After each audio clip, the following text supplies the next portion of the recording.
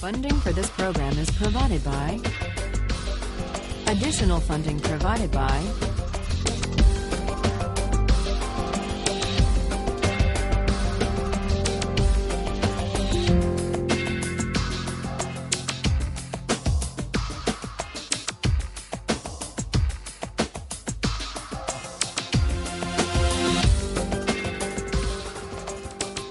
Today we turn to Kant's reply to Aristotle.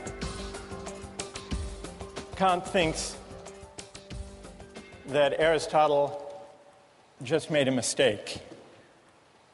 It's one thing, Kant says, to support a fair framework of rights within which people can pursue their own conceptions of the good life. It's something else, and something that runs the risk of coercion, to base law or principles of justice on any particular conception of the good life. You remember Aristotle says, in order to investigate the ideal constitution, we have first to figure out the best way to live. Kant would reject that idea. He says that constitutions and laws and rights should not embody or affirm or promote any particular way of life. That's at odds with freedom. For Aristotle, the whole point of law, the purpose of the polis, is to shape character, to cultivate the virtue of citizens, to inculcate civic excellence, to make possible a good way of life. That's what he tells us in the Politics. For Kant, on the other hand, the purpose of law, the point of a constitution, is not to inculcate or to promote virtue. It's to set up a fair framework of rights within which citizens may be free to pursue their own conceptions of the good for themselves. So we see the difference in their theories of justice. We see the difference in their account of law, or the role of a constitution, the point of politics. And underlying these differences are two different accounts of what it means to be a free person.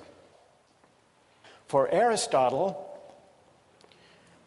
we're free insofar as we have the capacity to realize our potential. And that leads us to the question of fit. Fit between persons and the roles that are appropriate to them. Figuring out what I'm cut out for. That's what it means to lead a free life, to live up to my potential. Kant rejects that idea and instead substitutes his famously demanding notion of freedom as the capacity to act autonomously. Freedom means acting according to a law I give myself. Freedom as autonomy. Part of the appeal, part of the moral force of the view of Kant and of Rawls consists in the conception of the person as a free and independent self, capable of choosing his or her own ends. The image of the self as free and independent offers, if you think about it, a powerful, liberating vision, because what it says is that as free moral persons, we are not bound by any ties of history or of tradition or of inherited status that we haven't chosen for ourselves. And so we're unbound by any moral ties prior to our choosing them. And that means that we are free and independent sovereign selves. We're the authors of the only obligations that constrain us.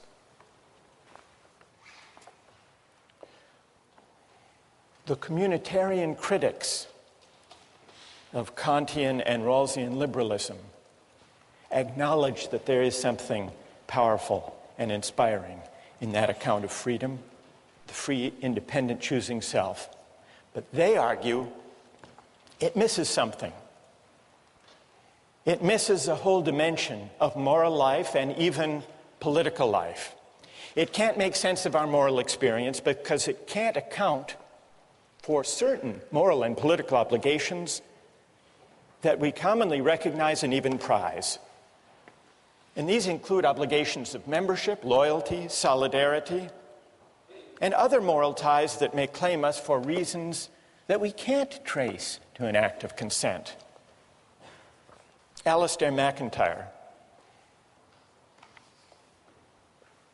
gives an account, what he calls a narrative conception of the self. It's a different account of the self.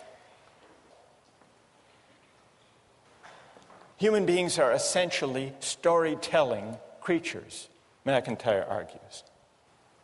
That means I can only answer the question, what am I to do, if I can answer the prior question, of what story or stories do I find myself a part? That's what he means by the narrative conception of the self. What does this have to do with the idea of community and belonging? MacIntyre says this: once you accept this narrative aspect of moral reflection, you will notice that we can never seek for the good or exercise the virtues only as individuals. We all approach our circumstance as bearers of particular social identities. I am someone's son or daughter, a citizen of this or that city. I belong to this clan, that tribe, this nation.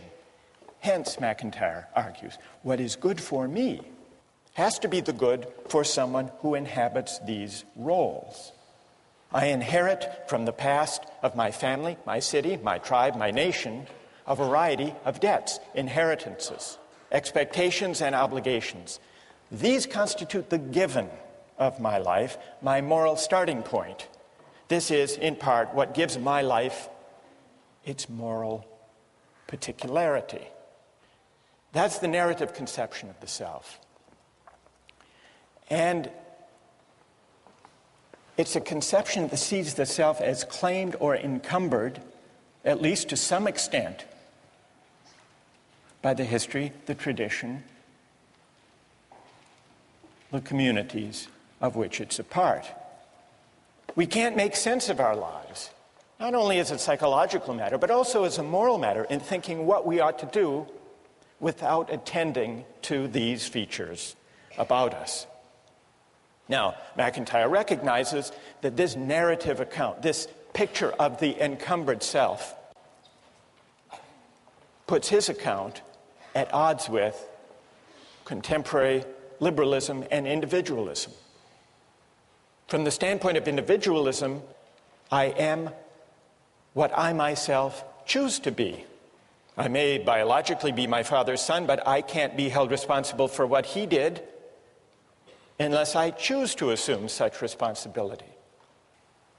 I can't be held responsible for what my country does or has done unless I choose to assume such responsibility. But MacIntyre says this reflects a certain kind of moral shallowness, even blindness. It's a blindness at odds with the full measure of responsibility, which sometimes, he says, involves collective responsibility, or responsibilities that may flow from historic memories. And he gives some examples. Such individualism is expressed by those contemporary Americans who deny any responsibility for the effects of slavery upon black Americans, saying, I never owned any slaves. Or the young German who believes that having been born after 1945 means that what Nazis did to Jews has no moral relevance to his relationship to his Jewish contemporaries. MacIntyre says all of these attitudes of historical amnesia amount to a kind of moral abdication. Once you see that who we are and what it means to sort out our obligations can't be separated, shouldn't be separated from the life histories that define us. The contrast, he says, with the narrative account is clear. For the story of my life is always embedded in the story of those communities from which I derive my identity. I am born with a past, and to try to cut myself off from that past is to deform my present relationships. So there you have, in MacIntyre, a strong statement of the idea that the self can't be detached, shouldn't be detached from its particular ties of membership, history, story, narrative. Now, I want to get your reactions to the communitarian critique of the individualist or the voluntarist, the unencumbered self. But let's make it concrete so that you can react to more than just the theory of it by looking at the two different accounts of moral and political obligation that arise, depending on which of these conceptions of the person one accepts. On the liberal conception, moral and political obligations arise in one of two ways. There are natural duties that we owe human beings as such, duties of respect for persons qua persons. These obligations are universal.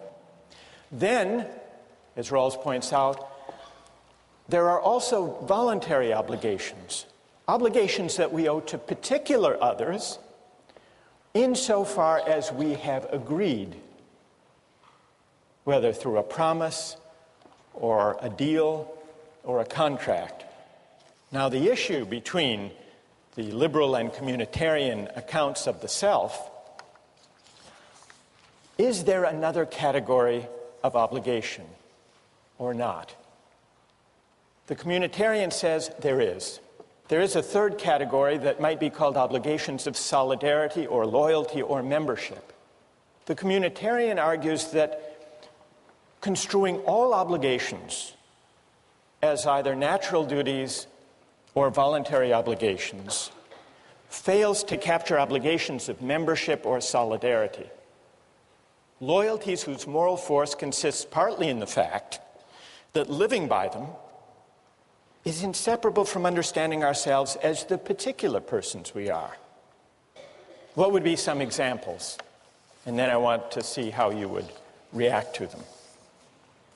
Examples of obligations of membership that are particular but don't necessarily flow from consent, but rather from membership, narrative, community, one's situation. The most common examples are ones to do with the family, the relation between parents and children, for example. Suppose there were two children drowning. You could save only one of them. One was your child, the other was a stranger's child. Would you have an obligation to flip a coin? Or would there be something morally obtuse if you didn't rush to save your child? Now you may say, well, parents have agreed to have their children.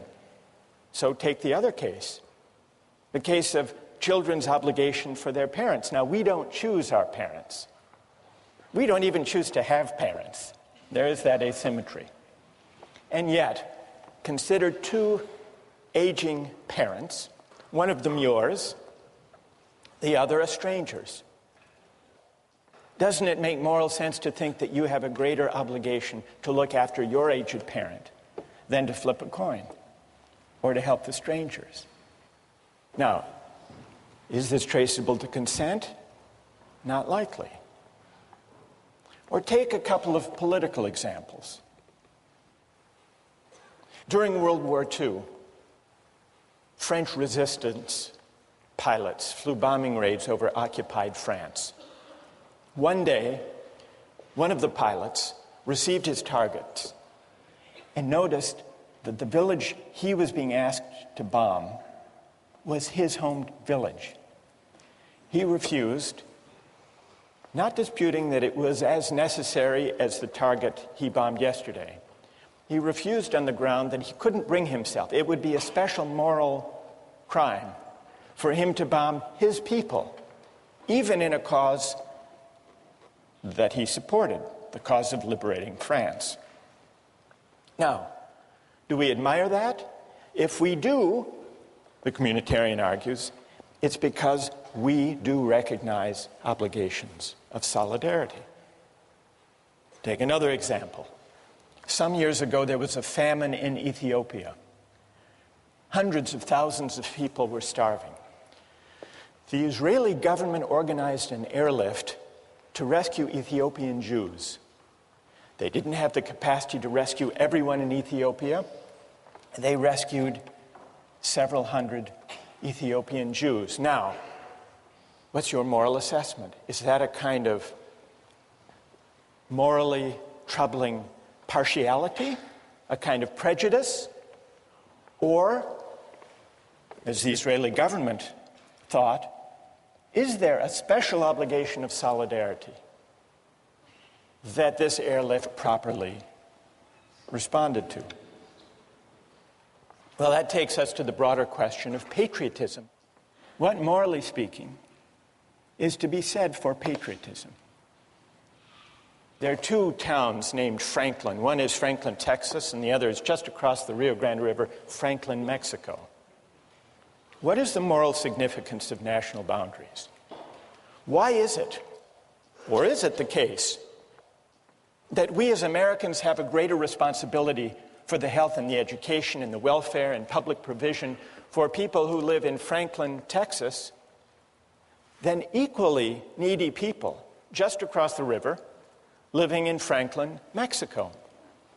According to the communitarian account, membership does matter. And the reason patriotism is at least potentially a virtue is that it is an expression of the obligations of citizenship. How many are sympathetic to the idea that there is this third category of obligation, the obligations of solidarity or membership? How many are sympathetic to that idea? And how many are critical of that idea? How many think all obligations can be accounted for in the first two ways? All right, let's hear from the critics of the communitarian idea first. Yes? My biggest concern with the idea of having obligations because you're a member of something or because of solidarity is that it seems that if you accept those obligations as being sort of morally binding, then there's a greater occurrence of overlapping obligations, a greater occurrence of good versus good. And I don't know if this sort of framework allows us to choose between them. Good. And what's your name? Patrick. So you worry that if we recognize obligations of membership or solidarity, since we inhabit different communities, their claims might conflict. And what would we do if we have competing obligations? Yes?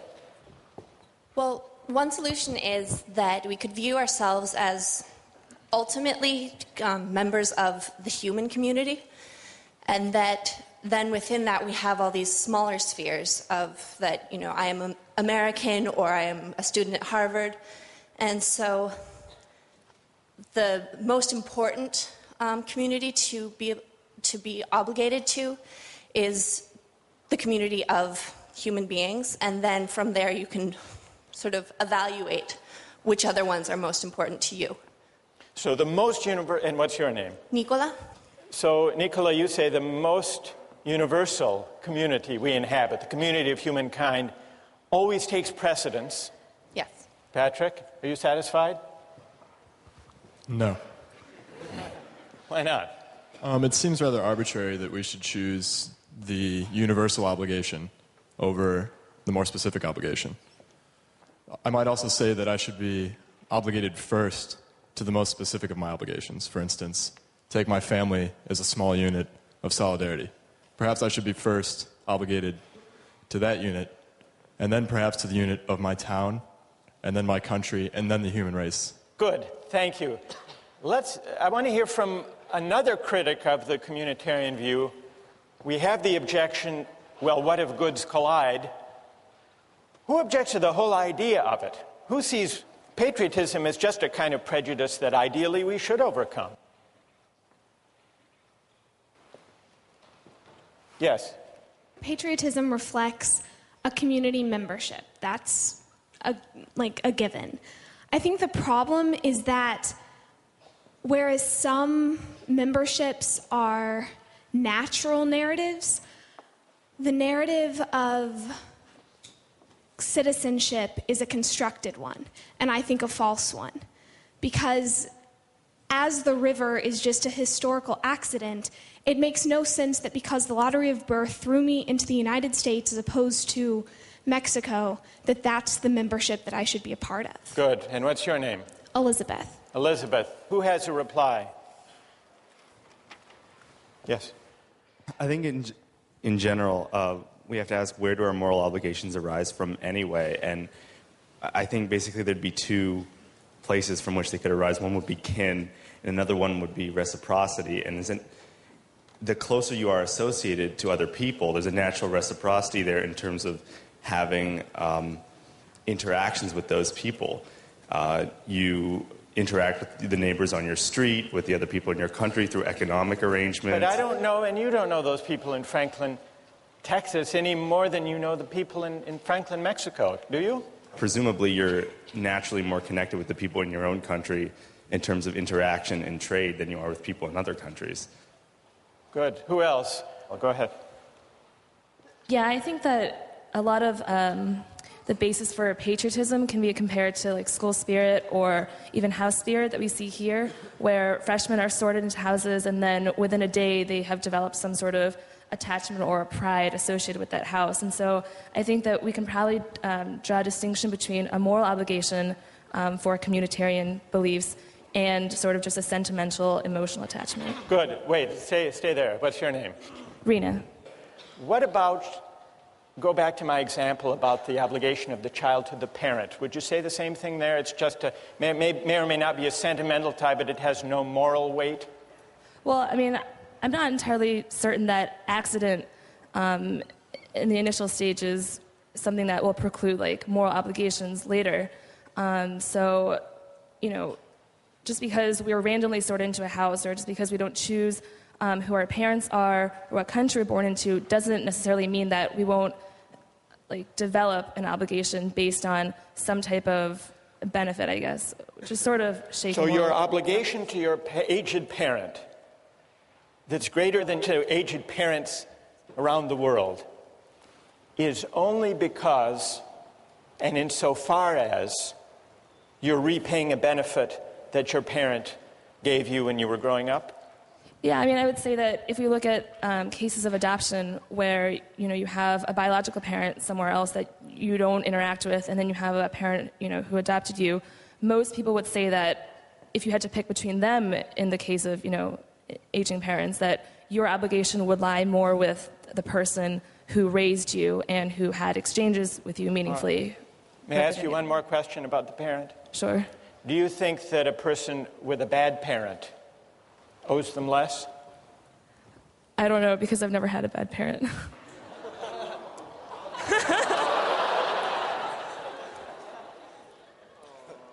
I think that's a good place to end. Thank you. We'll continue with this next time. Thank you.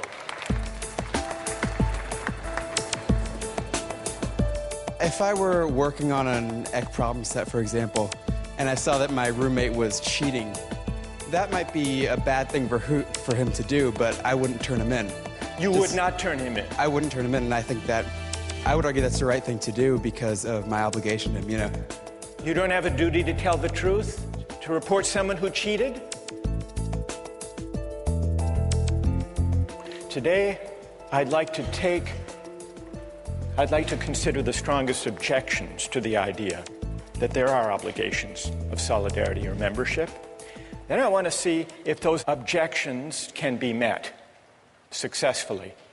One objection emerged in the discussion last time. Patrick said, well, if obligations flow from community membership and identity, we inhabit multiple communities, doesn't that mean that our obligations will sometimes conflict? So that's one possible objection. And then Rena said, these examples meant to bring out the moral force of solidarity and membership. Examples about parents and children, about the French resistance fighter asked to bomb his own village and drawing back, about the airlift by Israel of Ethiopian Jews. These examples, they may be intuitively evocative, Rena said, but really they're pointing to matters of emotion, matters of sentiment, not true moral obligations. And then there were a number of objections, not necessarily to patriotism as such, but to patriotism understood as an obligation of solidarity and membership beyond consent. This objection allowed that there can be obligations to the communities we inhabit, including obligations of patriotism, but this objection argued that all of the obligations of patriotism or of community or membership are actually based on liberal ideas and perfectly compatible with them. Consent, either implicit or explicit, or reciprocity. Julia Rothau, for example, on the website, said that liberalism can endorse patriotism as a voluntary moral obligation. Patriotism and familial love both fall under this category. Because after all, Julia points out, the Kantian framework allows people free rein to choose to express virtues such as these if they want to. So you don't need the idea of a non-voluntary particular moral obligation to capture the moral force of community values. Where's Julia? Okay, so did I summarize that fairly? Julia actually is in line with what Rawls says about this very topic. You weren't aware of that. You came up with it on your own. That's pretty good. Rawls says, when he's discussing political obligation, he says it's one thing if someone runs for office or enlists in the military. They're making a voluntary choice. But Rawls says there is, I believe, no political obligation, strictly speaking, for citizens generally, because it's not clear what is the requisite binding action and who has performed it. So Rawls acknowledges that for ordinary citizens, there is no political obligation except insofar as some particular citizen willingly, through an act of consent, undertakes or chooses such an obligation. That's in line with Julia's point. It's related to another objection that people have raised, which is it's perfectly possible to recognize particular obligations to one's family or to one's country, provided honoring those obligations doesn't require you to violate any of the natural duties or requirements of universal respect for persons qua persons. So that's consistent with the idea that we can choose, if we want to express a loyalty to our country or to our people or to our family, provided we don't do any injustice within the framework, acknowledging the priority, that is, of the universal duties. The one objection that I didn't mention is the view of those who say that obligations of membership really are a kind of collective selfishness. Why should we honor them? Isn't it just a kind of prejudice? So what I'd like to do, perhaps if those of you who have agreed, who wrote and who have agreed to press these objections, perhaps if you could gather down all together, we'll form a team as we did once before, and we'll see if you can respond to those who want to defend patriotism conceived as a communal obligation. Now, there were a number of people who argued in defense of patriotism as the communitarian view conceives it. So let me go down now and join the critics of communitarianism, if there's a microphone that we could use somewhere. Okay, thanks, Kate. Who, as the critics of patriotism, communal patriotism, gather their forces here? Patrick, if you want to, you can join as well, or Rena. Others who have spoken or addressed this question are free to join in. But I would like to hear now from those of you who defend patriotism and defend it as a moral obligation that can't be translated back into purely consent-based terms, can't be translated into liberal terms. Where's A.J. Kumar? A.J., everybody seems to know you. All right, let's hear from A.J. You said, in the same way I feel I owe more to my family than to the general community, I owe more to my country than to humanity in general. Because my country holds a great stake in my identity, it is not prejudice for me to love my country, unless it is prejudice for me to love my parents more than somebody else's. So, AJ, what would you say to this group? Stand up. I think that there's some fundamental moral obligation that comes from a communitarian responsibility to people and groups that form your identity. I mean, even, I'll give the example that, there are a lot of things about our government right now that I'm not in favor of, but part of my identity is that America values a free society where we can object to certain things, and I think that's an expression of patriotism as well. And I go back to the parent example, or even at Harvard, I think, I owe more to my roommates because they make up my identity than I do to the Harvard community as a whole, and I think that applies to our country because there are certain things that growing up here, yes, we can't choose it, we can't choose our parents, things like that, but it makes up part of our identity. Okay, who would like to take that on? Ike? Yeah, about the obligation to others simply by virtue of being in being influenced by them. I'm a German citizen, and if I had been born 80 years earlier, then I would have been a citizen of Nazi Germany. And for some reason, I just don't think that I would have to feel obligated towards Germany because I had benefited from actions of Nazis. I mean, I guess my response to that would be you have hundreds of thousands of protesters in the United States right now who hold up signs that say peace is patriotic. And I'm sure there are people in this room who don't agree with that. I personally do. And I would say that they're strongly objecting to basically everything the Bush administration is doing right now, but they still consider themselves loving their country because they're furthering the cause of what they see as best for the country. And I tend to agree with that as a patriotic movement.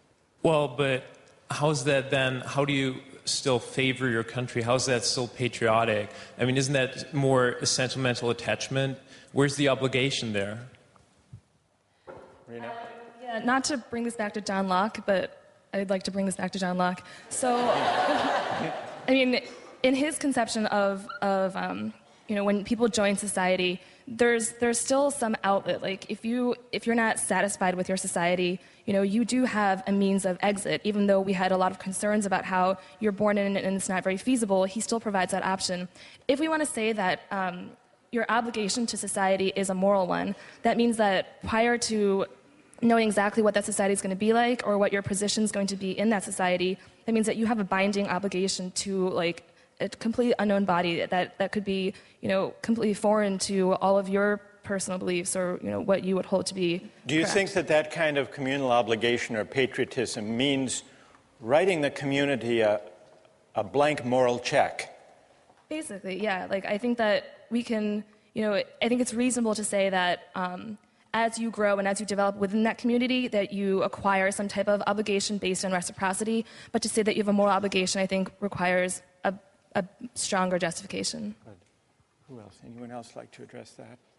I guess we could say that you could argue that you're morally obliged to society by the fact that there is this reciprocity. I think it's the idea that, we participate in society, we pay our taxes, we vote. This is why we could say that we owe something to society. But beyond that, I don't think there's anything inherent in the fact that we are members of the society itself that we owe it anything. I think insofar as the society gives us something, gives us protection, safety, security, then we owe the society something, but nothing beyond what we give the society.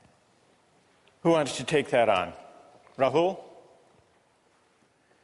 I don't think we give the community a blank moral check in that sense. I think we only give it a blank moral check when we abdicate our sense of civic responsibility and when we say that the debate doesn't matter because patriotism is a vice.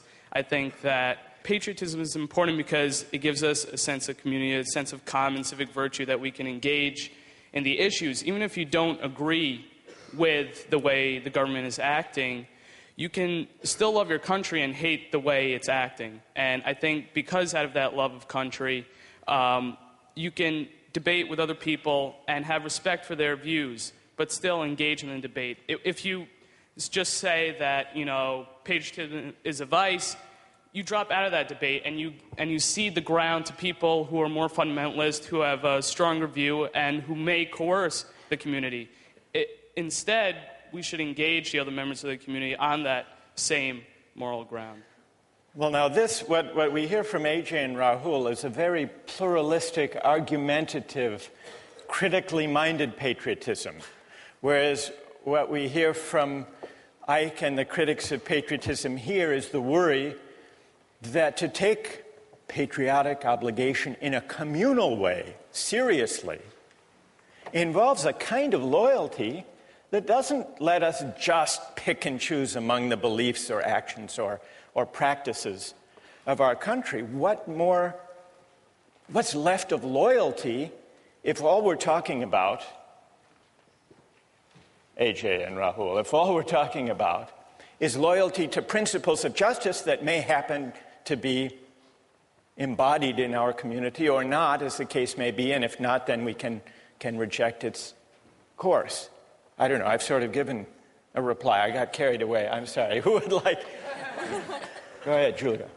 Yeah, I think that patriotism, you need to define what that is. It sounds like, you would normally think that we were given a more weak definition here of patriotism amongst us, but it almost sounds like your definition is merely to have some sort of civic involvement in debating within your society. And I think that kind of undermines maybe some of the moral worth of patriotism as a virtue as well. I think if you can consent to a stronger form of patriotism if you want, that's a stronger, moral obligation than even what you're suggesting. What we really need to sharpen the issue is an example from the defenders of communitarianism of a case where loyalty can actually compete with and possibly outweigh universal principles of justice. Isn't that's the test they really need to meet, isn't it? All right, so that's the test you need to meet, or any among you who would like to defend obligations of membership or solidarity independent of ones that happen to embody just principles. Who has an example of a kind of loyalty that can and should compete with universal moral claims, respect for persons? Go ahead. If I were working on an EC problem set, for example, and I saw that my roommate was cheating, that might be a bad thing for him to do, but I wouldn't turn him in. You would not turn him in? I wouldn't turn him in, and I think that I would argue that's the right thing to do because of my obligation to him. It may be wrong, but that's what I would do, and I think that's what most people would do as well. All right, now there's a fair test. He's not slipping out by saying he's invoking in the name of community some universal principles of justice. What's your name? Stay there. What's your name? It's Dan. Dan? So what do people think about Dan's case? That's a harder case for the ethic of loyalty, isn't it? But a truer test? How many agree with Dan? So loyalty, Dan, loyalty has its partisans. How many disagree with Dan?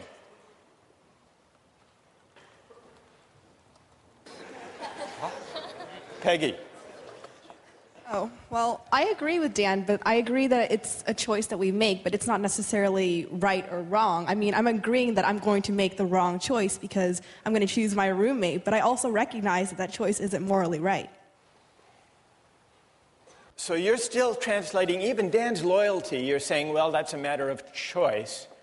But what's the right thing to do? Most people put up their hands saying, Dan would be right to stand by his roommate and not turn him in.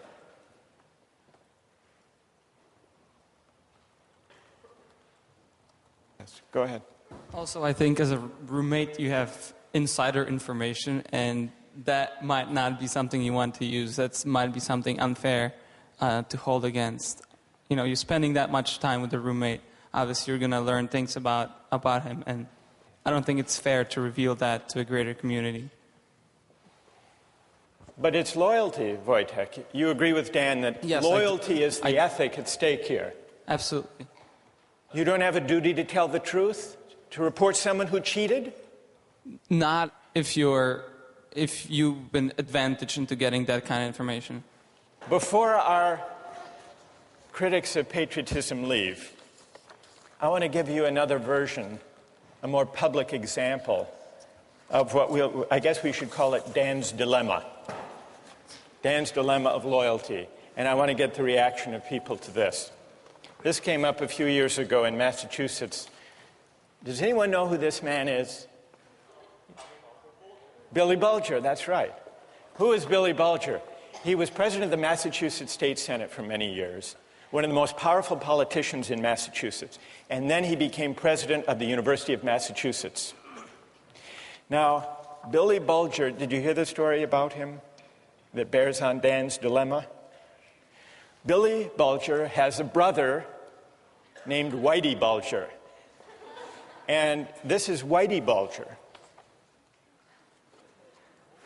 His brother Whitey is on the FBI's most wanted list, alleged to be a notorious gang leader in Boston, responsible for many murders, and now a fugitive from justice. But when the U.S. attorney, they called Billy Bulger, then the president of the University of Massachusetts, before the grand jury, and wanted information on the whereabouts of his brother, this fugitive. And he refused to give it. The U.S. attorney said, just to be clear, Mr. Bulger, you feel more loyalty to your brother than to the people of the Commonwealth of Massachusetts? And here's what Billy Bulger said. I never thought of it that way, but I do have a loyalty to my brother. I care about him. I hope that I'm never helpful to anyone against him. I don't have an obligation to help anyone catch my brother. Dan, you would agree? How many would agree with the position of Billy Bulger? Let me give one other example, and then we'll let the critics reply, the critics of loyalty, as we'll describe it. Here's an even more fateful example from a figure in American history, Robert E. Lee. Now, Robert E. Lee, on the eve of the Civil War, was an officer of the Union Army. He opposed secession, in fact, regarded it as treason. When war loomed, Lincoln offered Lee to be the commanding general of the Union Army.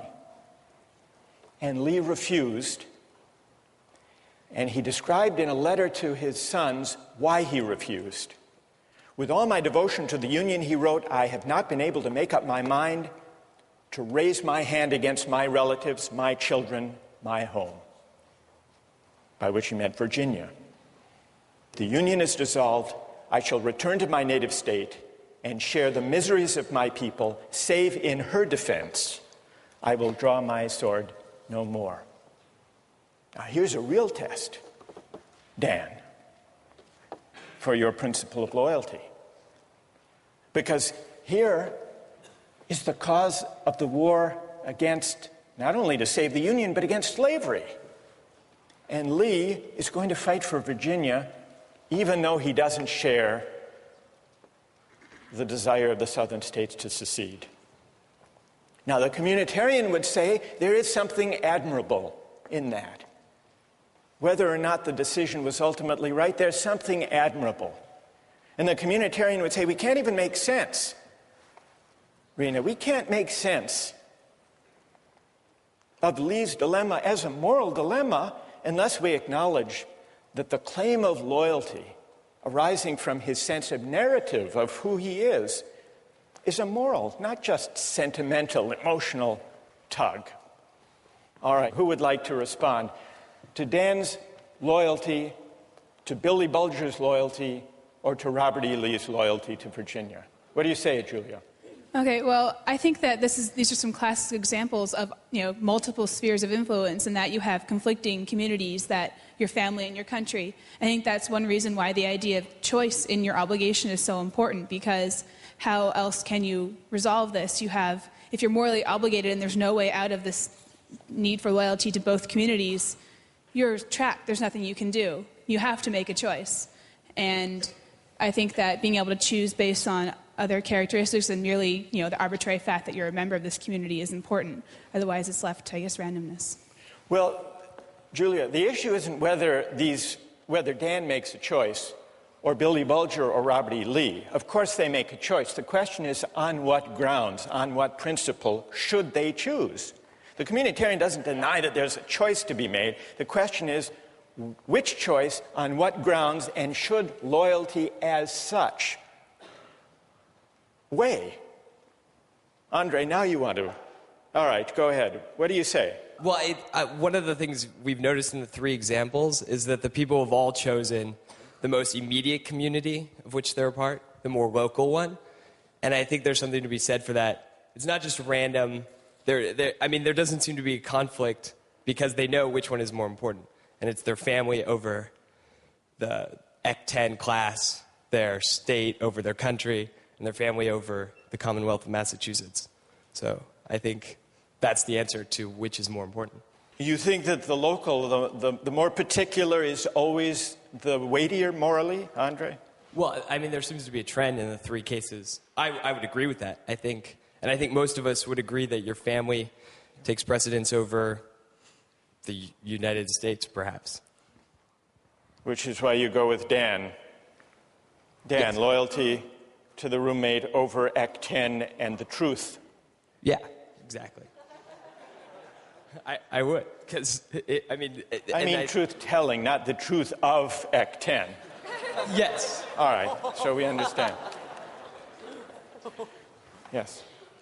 But on the same example, in terms of family, you had cases in the Civil War where brother was pitted against brother on both sides of the war, where they chose country instead of family. So I think the exact same war shows that different people have different means of making these choices, and that there is no one set of values or one set of morality that communitarians can stick to. And personally, I think that's the biggest problem with communitarians, that we don't have one set of standard moral obligations.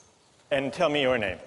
Samantha. So, Samantha, you agree with Patrick's point the other day, that there may be, if we allow obligations to be defined by community identification or membership, they may conflict, they may overlap, they may compete, and there is no clear principle. Andre says there's a clear principle, the most particular. The other day, Nicola, who is sitting over here, where's Nicola, said the most universal. You're saying, Samantha, the scale of the community as such can't be the decisive moral factor. So there has to be some other moral judgment. All right, let's let our critics of communal patriotism, let's express our appreciation and thank them for their having stood up and responded to these arguments, defined the issue. Let's turn to the implications for justice of the positions that we've heard discussed here. One of the worries underlying these multiple objections to the idea of loyalty or membership as having independent moral weight is that it seems to argue that there is no way of finding principles of justice that are detached from conceptions of the good life as they may be lived in any particular community. Suppose the communitarian argument is right. Suppose the priority of the right over the good can't be sustained. Suppose instead that justice and rights unavoidably are bound up with conceptions of the good. Does that mean that justice is simply a creature of convention, of the values that happen to prevail in any given community at any given time? One of the writings we have among the communitarian critics is by Michael Walzer. He draws the implications of justice this way. Justice is relative to social meanings. A given society is just if its substantive life is lived in a certain way, in a way that is faithful to the shared understandings of the members. So, Walzer's account seems to bear out the worry that if we can't find independent principles of justice, independent, that is, from conceptions of the good that prevail in any given community, that we're simply left with justice being a matter of fidelity or faithfulness to the shared understandings or values or conventions that prevail in any given society at any given time. But is that an adequate way of thinking about justice?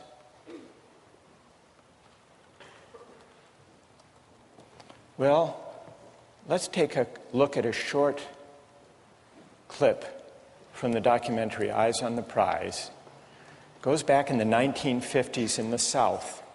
Here are some situated American Southerners who believe in the tradition, in the shared understandings of segregation. Listen to the arguments they make about loyalty and tradition, and see if they don't make you uneasy about tying arguments about justice to the shared understandings or traditions that prevail in any given society at the moment. Let's run the clip. This land is composed of two different cultures, a white culture and a colored culture, and I've lived close to them all my life. But I'm told now that we've mistreated them and that we must change, and these changes are coming faster than I expected, and I'm required to make decisions on a basis of a new way of thinking, and it's difficult. It's difficult for me, it's difficult for all Southerners. Well, there you have it. Narrative selves, situated selves, invoking tradition. Doesn't that show us that justice can't be tied to the shared understandings of goods that prevail in any given community at any given time? Or is there a way of rescuing that claim from this example? Think about that question, and we'll return to it next time.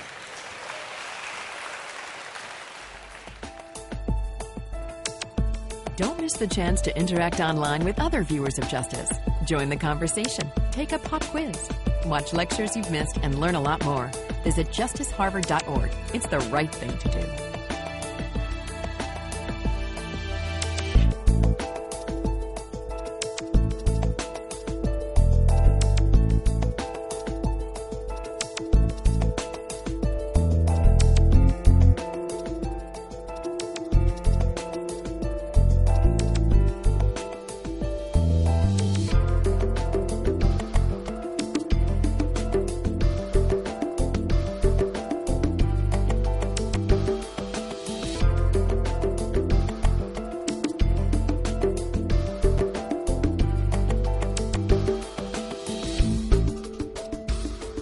Funding for this program is provided by...